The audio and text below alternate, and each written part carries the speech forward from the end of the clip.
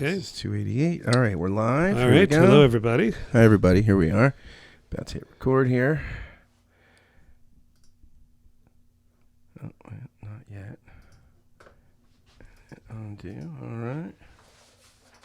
Here we go. Wait, oh, there it is. Yeah. All right.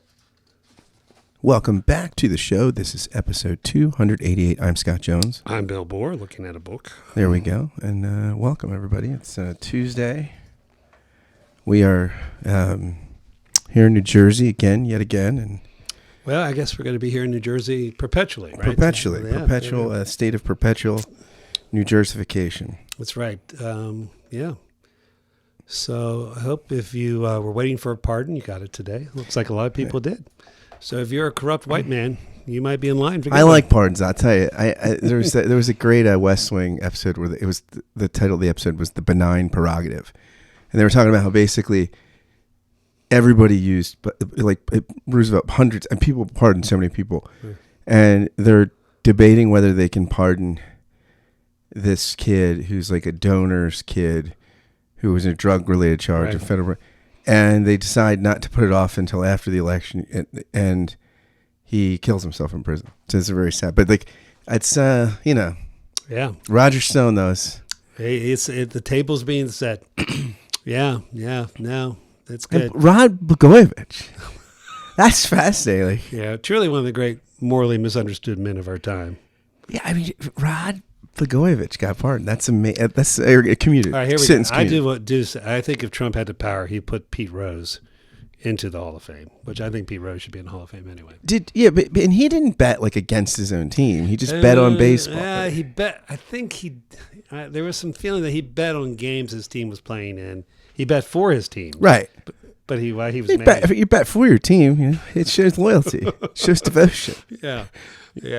Like that was fun. For some reason, I was turning the channels and I saw him talking about Shoeless Joe Jackson, saying he sounded like a nice guy, which is hilarious. So,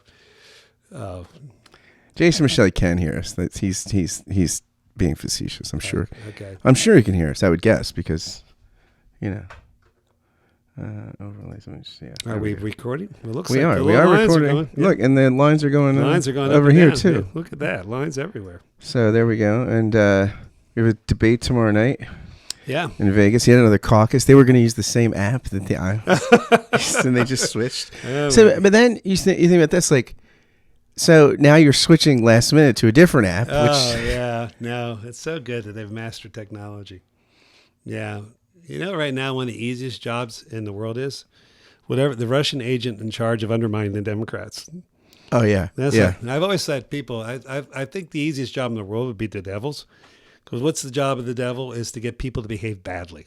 Yeah. Oh, yeah. Absolutely. Absolutely. So, yeah, right now the second easiest job in the world is the Russian in charge of the Democrats.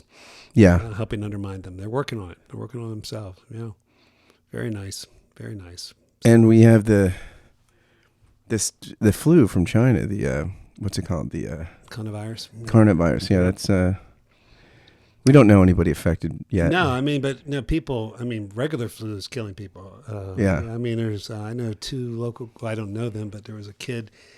One of the teachers from my church. They lost a young man, a middle school kid, died of the flu, and then I just saw another kid a grade school kid back near where I lived in Delaware County. So it's, the regular flu is, we tend to, if you work with vulnerable populations, how serious the flu can be, but the regular flu still kills more people. So, do you know there's recently just a 700-pound bear shot in Morris County, New Jersey, that's like 40 minutes from here, 45 minutes. Well, why'd they shoot it? I don't know, but it's a record. It's a big bear. 700 pounds. Yeah. Well, you can, when you're eating suburban New Jersey folks. Yeah, they don't mess around. They don't mess around. They do not mess around. All right, so today we're going to talk about Pelagianism and Pelagius. Yeah, we started down this road back last year, but it's where for those of you who actually follow us and care about what we're doing, which we care what we're doing. We care. Yeah. Most of the time. Most of the time. I'd say like 85% almost. 84% of the time. Yeah. But we've been doing a series on heresy, and so we are now at Pelagius, which, I'm not sure Pelagius was a heretic. So that's my first step. Well, one of the things we don't really know much about Pelagius except from opponents. Like Well, okay. I just as I said, there was a time in my life when I was kind of an expert on Pelagius, but I could not find that paper I wrote many years ago. So I have to do this mostly from memory. We have his commentaries. We do have. He wrote a series of commentaries on Paul's writings. and the Romans one was the one that most incensed people like Augustine, right? Right. Well, I think. All right. Let's put this real quick in context. Pelagius controversy basically is precipitated by the sack of Rome, and so rich Christians in an age of barbarians, they're running around. Rich Christians and ancient barbarians. I like that. Ronnius Cyrus wrote Ronnius Cyrus. And Pelagius they were calling him Scottish at the time, right? But that really, now we think that people that are calling Scottish were Irish. He was from Britain. He was from Romanized Britain. And he was a layman. And one of the things in this kind of late antiquity, this time in Rome, it really was kind of the age of the layman, the layman living an ascetic life. It's what's interesting. Pelagius's lifestyle is really what Augustine was trying to get.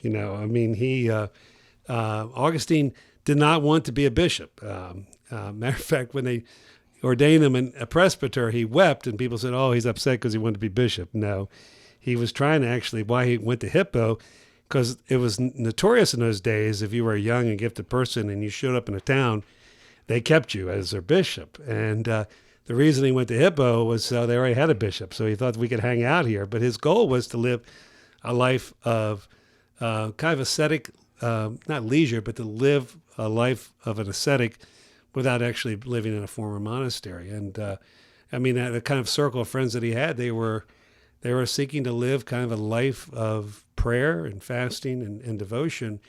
And there were a lot of folks, a lot of the aristocracy that were Christian in this time period had adopted these kind of things. There's great stories of one of the wealthiest women in the Roman Empire gave it all away to live a life as a nun. So there's all these kind of stories. Melania is one of the most famous one. But with the sack of Rome, a lot of people are displaced. And so it's not really Pelagius who first gets the press, but it's one of his more radical associates, Celestius, who gets in trouble in Carthage. He starts questioning what's going on in the Church of Carthage, and that's how Augustine gets involved in it. Matter of fact, Pelagius actually stopped in Hippo as they were sojourning on their way, through North Africa, but Augustine was out of town at that point, so they never actually met face to face. But that's kind of how the controversy gets started. The Celestius is denied ordination in Carthage, and so thus the controversy begins. I love one. And there's 6 kind of from Celestius's, right? Like we tried to become a presbyter in Carthage. And if you want to get ordained by your bishop, you probably, again, those of us don't have bishops, but you don't start by ripping them. No, ripping their theology. So these things were branded. These points from Celestius, right, were branded heretical. Even if Adam had not sinned, he would have died. Right. 2, Adam's sin harmed only himself, not the human race. Right. 3, children just born are in the same state as Adam before his fall. 4, the whole human race neither dies through Adam's sin or death, nor rises again through the resurrection of Christ. 5, the Mosaic law is as good a guide to heaven as the gospel. And 6, even before the advent of Christ, they were men who were without sin. Right. Now, Celestius had a more extreme view. Also, what got him in trouble was questioning the necessity of infant baptism, which, coming right after the Donatist controversy, starting to mess with baptism was not what you necessarily wanted to do. One of Peter Brown's quotes about Pelagius is that Augustine had formulated Pelagius' thought in his mind before Pelagius had. So there's a sense where this debate becomes one of letters back and forth. The other thing that's kind of important to put in context with Augustine is he's still in the end, or is at the end of the post work of the Donatist controversy. So Augustine has just fought a battle about the church of the common person as opposed to the elitist church. Okay, so it's important to see that Augustine, in many ways, sees in the early Pelagius controversy in a very similar way, as an extension of what was at stake in the Donist controversy. And you can still argue that at least that part of the insight is right. So the question, those are the particulars of the idea, okay? But the heart of it really for Pelagius was, if God commanded perfection, okay, then post-redeemed humans should be able to theoretically achieve it. If God says, be perfect as be perfect as I am perfect, then theoretically it should be possible. The other thing that, kind of the impetus, if you would, of the whole Pelagius movement, it was a reformed movement. It was reacting to what they thought was a lax church, a church that, was no longer the church of the martyrs. Again, you can see in some levels this, by the time we're in Pelagius, the ascetic movement is a century old. So there's a sense where this kind of the ascetic as the ideal person of faith is held by probably a majority of Christians. This is to really live the spiritual life is to renounce worldly ambition and to be one of the athletes of God. So there's a sense where the hero stories, if you would, of the church in late antiquity was not the gladiator who got born again. It was the person who renounced everything and was trying to live the vita apostolica, the way of the way of Christ. It's interesting. There's this senator from Missouri, right? He's a Republican, Joshua Hawley, who gave a commencement address at what university was it? At the King's College in New York, and he's a Republican, a conservative, but his commencement address was called "The Age of Pelagius," and it was circulated pretty widely.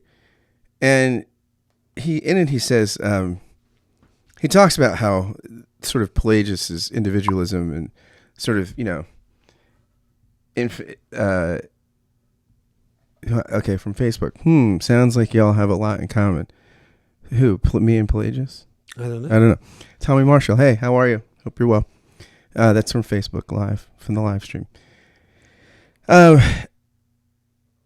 He says the Pelagian view says the individual is most free when he's most alone, able to choose his own way without interference. Family and tradition, neighborhood and church, these things that get in the way of uninhibited free choice. And this Pelagian idea of freedom is one of our cultural leaders have embraced for decades now. But here's the paradox. For all the big talk about individual freedom, Pelagian philosophy has made American society more hierarchical and made it more elitist. This is no accident. Pelagius himself was most popular with the old senatorial families of Rome, the wealthy, the well-connected, the aristocrats. They were his patrons. And it's interesting because, By the way, there's a classic example where a little bit of church knowledge is just a dangerous thing. Right, dangerous. He misses the whole point. Go ahead. But I think here's what he's saying, though. But I was thinking what you're saying for the church of the common person versus the church of the elite. And there is a sense in which that, and I do think it's fair to say, in general, most American Christians are instinctively Pelagian, right? We have this kind of sense that. Well, in what sense? Define it. I think most people think that we are. I think existentially, a lot of people think that we have more libertine freedom than I think a traditional Augustinian would think. Well, I think we think we're freer than we actually are. Yeah. Well, this is like a theme you and I. We actually revisit this theme frequently over the years. First of all, again, one of my trouble, again, it's easy to do, but when you take historical categories and reimagine them. Sure, it's anachronistic. For instance, when the Pelagian debate among Reformed churches has very little to do with Pelagius, but that's another thing. And actually, there's this sense where Pelagius really kind of had a pessimistic view, it's interesting. The irony of it is, though he felt theoretically humans could do that, very few people actually could do it. I think it's interesting. Our senator from Missouri what he defined there as Christian values is actually kind of pagan Roman values, which see a preview, our last podcast kind of speaks about that. But I do think there's a sense where, but that pessimism, like it's not pessimism though. If you say, like, that even though few people do achieve it, it's just because of their it's ignorance, lack of desire, commitment. It's not because of fundamentally tragic nature of human existence. Well, but I think, but see the thing in a lot of people, Pelagius becomes a hero of some modernity because it's anti-Augustine. Yeah. But in this debate, Augustine is the innovator. Pelagius isn't. I mean, that's I think so. That's why. I mean, those who argue that Augustine, I think late Augustine is borderline heretical. If Celestius is heretical, late Augustine is too. That's one of the reasons the church is never fully Augustinian. I mean, if you're negative about this is why the Jansenists get pretty rough treatment, right? Right. Post Reformation, and yet they're pretty much chapter and verse in Augustine. Right. So, for instance, if you're anti-Catholic, then the Catholic Church is semi-Pelagian. If you are, I think, a little more accurate, the church is always semi-Augustinian. Right. And partially because they're reacting to the extreme late Augustine. I mean, this really accompanies Augustine for the rest of his life. I mean, one of the last two things he writes is really involved in the late Pelagian controversy where he's arguing Julian. And one of the things that's interesting too is that this is probably the only controversy in Augustine's life where he's dealing with intellectual peers. I mean, he was with both the Manichaean and the Donatist, he was dealing with Texas League players. But these are first-rate thinkers. Julian is every bit of a thinker. The late Pelagian controversy, which is where some of the more extreme. It's interesting. The rhetoric of this argument pushes both parties to more extremes. But see, the thing about, that's kind of the irony of play. Is it pessimistic or not? On one level, you can say, well, humanity has potential. But when you inherently believe that if you fall short of that, you are condemned to hell, and only, if it narrow is the gate by which people enter into.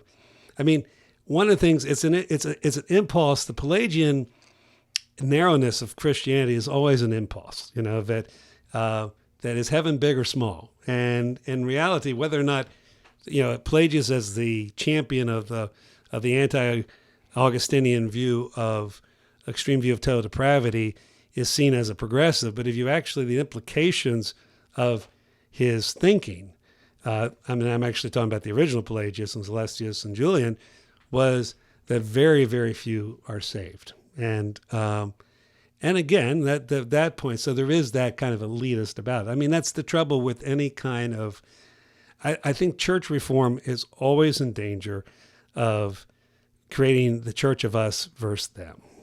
And usually, Dave Fitch wrote a book on that. Yeah, right. But the trouble with us is that, but even Fitch falls into a little bit of that elitist kind of thinking with it. He eats at McDonald's every day, dude. Well, no, come on, I'm telling. Like, I'm not. I'm at McDonald's. Here it is. I'm always doing Trump there. Yeah, I mean, that's on the ironies. I mean, one of the ironies of Anabaptist people. There's a generosity to them, but there's also the kingdom. The kingdom kind of becomes small. Yeah. And again, whether or not you like Augustine's, if you're Reformed, we have the biggest, most glorious kingdom. Right. Donald Trump is a member of the Reformed Church of America. It depends what version of Reformed, okay? That's part of why, you end up either being a universalist or a double predestinationist. That's the logic of the thing. And that's actually the doctrine of double predestination gets invented by a late brooding Augustine in this. Late brooding. He's brooding. Yeah, he's not in a happy place. So maybe because probably many of our listeners, when they talk about Pelagius, are more in the tune of our armchair theologian from the fine state of Missouri. So let's talk about the Pelagian controversy as the rhetoric was used during the Reformation, which is more your expertise. Right. Well, yeah. I mean, this is sort of the classic debate between, say, Erasmus and Luther, right, on the nature of freedom. And I mean, Luther at the end of his life says that the bondage of the will is like the most important thing he wrote. Right. And there's this There's another guy who's brooding at the end of it. brooding. Yeah, he probably came out of the womb brooding. What's his name? I remember one of the stark things. I mean, this was somebody who, like Luther, said, in many ways, it's a tragedy that he lived beyond the age of 30, which is not. Second half of 1518. Yeah. Anyway. So yeah, I mean, you have this sense of this idea that human nature is fundamentally, in a tragic state of sin, right. where to be. Todd Littleton says I don't call him back. When was the last time Todd? Well, Littleton, call us. We'll call you. We'll call you back. You're the man. This is from Facebook Live. One of the things I was just rereading the other day, which kind of summarizes, I think, the way the debate plays out. I was rereading something from Paul Zoll, his book, The First Christian, which I think is, I'm pretty sure is kind of a popularized version of his dissertation stuff, which he did on the second quest for the historical Jesus. And he was talking about some things that he found. Let me try to find it here. Was ragging on Michelle, Todd Littleton says. Well, you're always happy from Facebook Live. Todd Littleton says was ragging on Michelle. You're always happy, free to rag on Michelle on this podcast. It's something that is we're not the only people that do it. So Paul here is talking about the antitheses in the Sermon on the Mount. And he's talking about how Jesus is sort of going to, the corrupt nature of the heart, like this, he talks the nose, not just like, you've heard it said that, not if you commit adultery, but if you look at a woman or if you're angry. Selectionary readings right now. Right? Yeah. Yes. So he's talking about how this is a sort of he sees there in Jesus the seedbed of something like original sin, where he says what comes out of it. The problem is not what goes into us, but this comes out of us. Right. He says, I focus on the anthropology of Christianity because it is an area where faith goes wrong. The antitheses of the first Christian are, in fact, a Freudian position of depth that explains the world. The antitheses explain the First World War, the Holocaust, Rwanda, addictions, and the numberless lawsuits that shatter families, together with the second marriages that damage worlds and generations of people. The antitheses explain the captivity of individuals who are mastered by forces they do not understand, wrestled to the ground by eruptions of impulsive emotion that mow down the ones they love or thought they loved. And I think that, and then he says, Christians, like everybody else, enjoy believing that they possess free will, the freedom to do what they want. But experience, and certainly the words of Christ and his antitheses, contest this idea down the line. All you need to do is consider the addicted, the touchy, the alcoholic, the angry, the rebellious, the conforming, and you see that the freedom people want to have is much more limited than they think. Empirical observation contradicts the conviction that people wish to convey to themselves that they are free. The American film masterpiece Magnolia is an assault on the idea that people possess free will. And I think there, Paul is summarizing this sort of how this debate plays out in the Reformation, and then continues to in Protestantism today, right? Where this notion of just how, how desperate is the human plight. Well, and I think it's an interesting insight. It's also, I think, has a danger of doing to the Sermon on the Mount what dispensationalism does. And in some ways taking the challenge what Jesus is doing. He's talking about that true sin happens in the intentionality, in our right. intentionality. I don't think he's saying it just to say, oh, by the way, none of you can do it. That's my problem of a certain particular read of the Sermon on the Mount. I think, again, because I think part of it is to think if anybody thinks they're a lawkeeper, they are in the chief danger. In the sense of that even in our best moments, right, our intentions can be ambiguous. Except if it's Trump, because there's a perfect call. There's no mixed motives. But I also don't want to gut the imperative of the Sermon on the Mount. Because there's a sense where Jesus in the Last Commandment continues an extension of that. This week we're talking about, if you should love your enemies. And certainly the mandate he gives to the church, and this is a post-resurrection community in John's gospel, is we're to love as he is loved, which in many ways is, But I think the temptation is to water it down to the level where it is capable. So to say that, okay, if I have loved my enemy, I have. I mean, I think our and again, the Calvinists and me say, we don't just repent of our vices, we repent of our virtues, because our best human moments of virtue are often tainted and ambiguous. I agree, but I also think it's an innovation to marginalize Jesus. I'm not marginalizing. No, I don't. But in fact, I'm saying Jesus is ratcheting up he does the ethical demands. He does ratchet up, but he's not doing it as an empty exercise. That we're not called to do it. See, I think that's. I don't think it's empty exercise. I think it's to say that, like, ultimately, you are. I mean, part of the transformation, right, is that you are. This is what I was saying in my sermon, like on Sunday, like, if you're the kind of person that, let's say, you are someone that is, obsessive about punctuality, and then you are the one that's late. First off, that humbles you, for at least for the moment, right. and maybe but then secondly, if you're treated in a way by the people that you're inconveniencing that's gracious, all of a sudden you're not just humbled, you might be healed. I mean, there's a transformation, because all of a sudden then you change the way you see sort of your lack of love. Like, I think that part of all those antitheses, it's like, this is what Calvin gets at, like all the prohibitions in the law right. always have a positive correlation. So right. it's not just do not steal, it's also it's sinful not to be generous. So it's lovelessness is murder. And the Scots Confession turns around and says we're supposed to do this. Yeah, I absolutely think we're supposed to do the law. I mean, the law is good, but we're supposed to do the Christ version of it too. I mean, my whole thing, absolutely, I think we're supposed to. I don't think the Sermon on the Mount is just an illustration of our failure.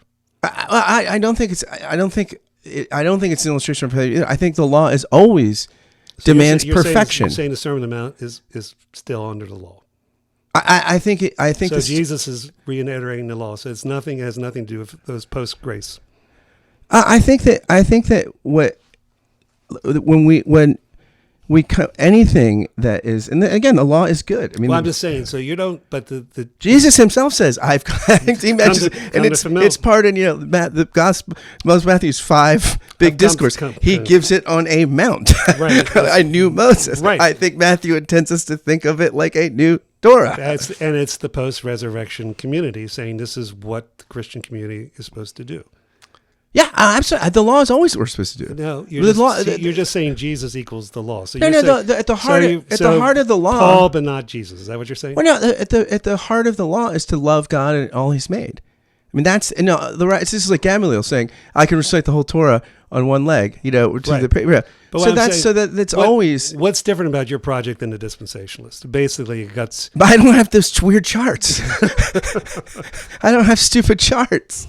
See, that's actually the weakness of my position: the lack of cool charts, and nobody can build a theme park out of my things. See, one of the things again, my problem with late Augustine, my problem with extreme Calvinism, other than it not being biblical, which is a big enough problem, is that I think I'm in the extreme Calvinist camp right now. Well, the whole point being, if you go back to the primitive church, now Pelagius and the Pelagians are pushed to extreme positions by the argument. I mean, Celestius is pushed up against the wall. Once you're arguing against someone's the virtue of infant damnation, your back's against the walls. when you're doubling down on infant damnation, you're kind of like, all right. Even Bonaventure said he didn't really mean this. Exactly. Come on. I love Augustine, but he didn't. Maybe he went a little too far. Yeah. But they have to even invent limbo to kind of cover Augustine's ass on this one. But one of the things that this is where the tension, I think, is. And there's a sense where what's really clear, the power of the primitive church in part was in the pagan world, was that you're not bound by the fates. You're not bound by fortua. You are, even though you may be born a slave, you may be born a woman, you may be born a Gentile. In Christ there is no male nor female, no Jew or Gentile, no slave or free. And the great appeal, even against Gnosticism in the pagan world, the first 2 centuries, the first 3 centuries, was this idea that the freedom that we have in Christ. Okay. Now, By the way, I'm also different from the dispensationalists in that I'm not. I was just being. I'm not picturing. I'm actually arguing a kind of traditional kind of Protestant covenant view that like that there's continuity between the testaments and that Jesus does fulfill what's at the heart of Torah. So you would relook at you would say sanctified Christian or sanctified people can look at Jesus' reworking of Torah as a third use of the law. I think their third use of the law is to knock you on your ass again if the second one doesn't work.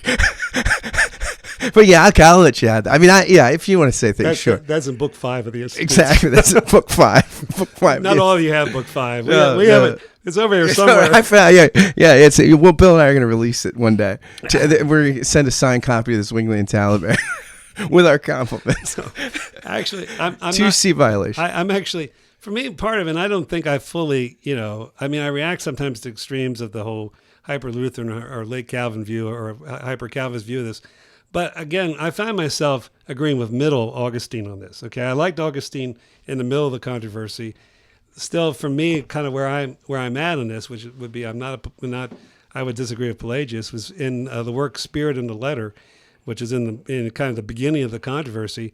He says humans we're free to choose, but not free to attain, and I think that's helpful because there's a sense where it doesn't deny the reality of human choice.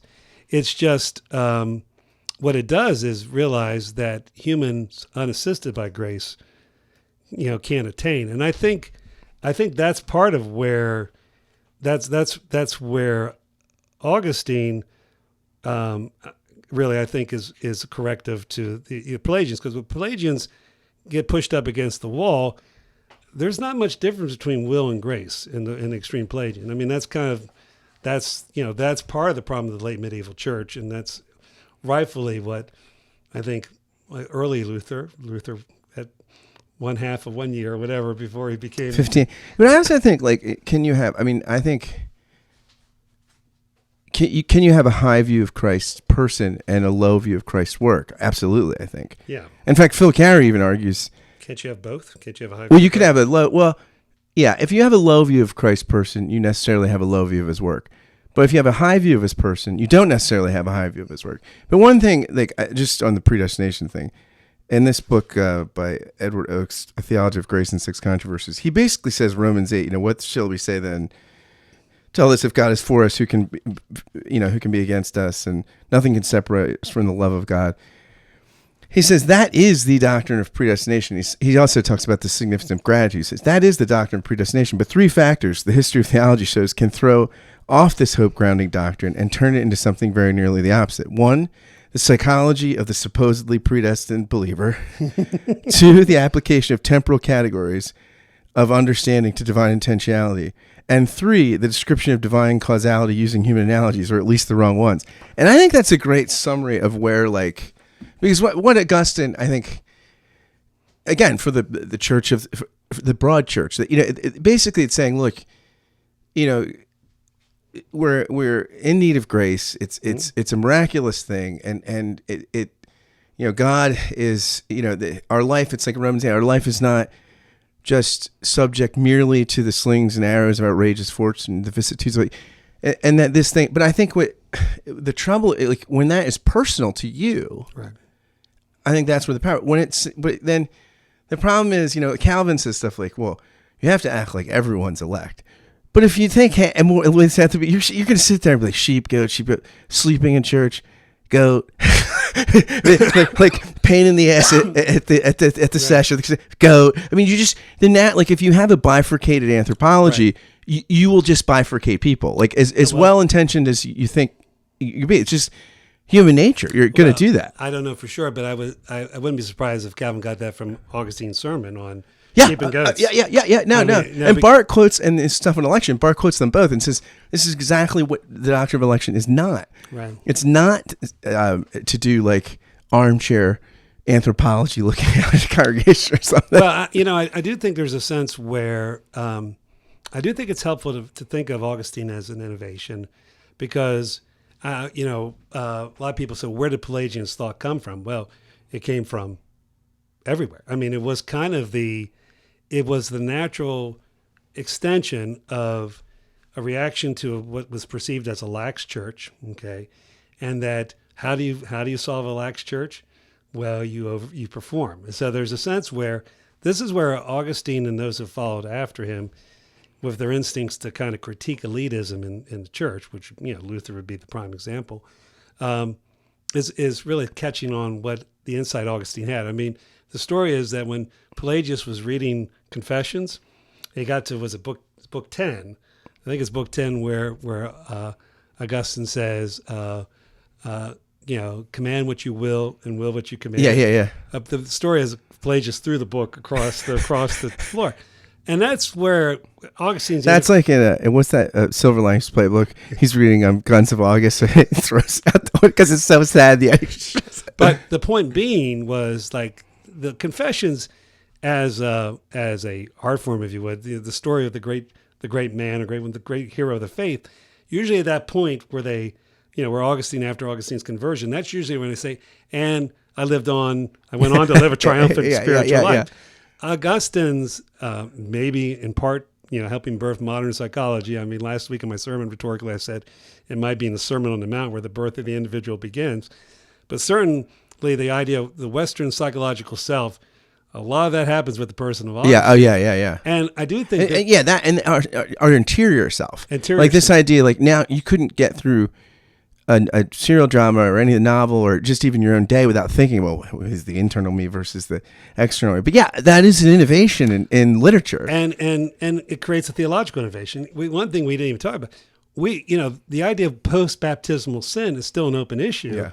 And, it's still not a totally solved issue in the church. It's kind of officially solved, but it's still, what do you do about post-baptismal sin? I think, though, again, this is where we only want the pristine faith, what the Bible taught. Well, obviously the Bible is pretty ambiguous about some of these things because we all benefit from these debates and thinking about it. I do think where, if you draw a line from Augustine to Aquinas to Luther, then to Barth, there's a sense where in some ways Barth, I think, corrects the implications of some of this.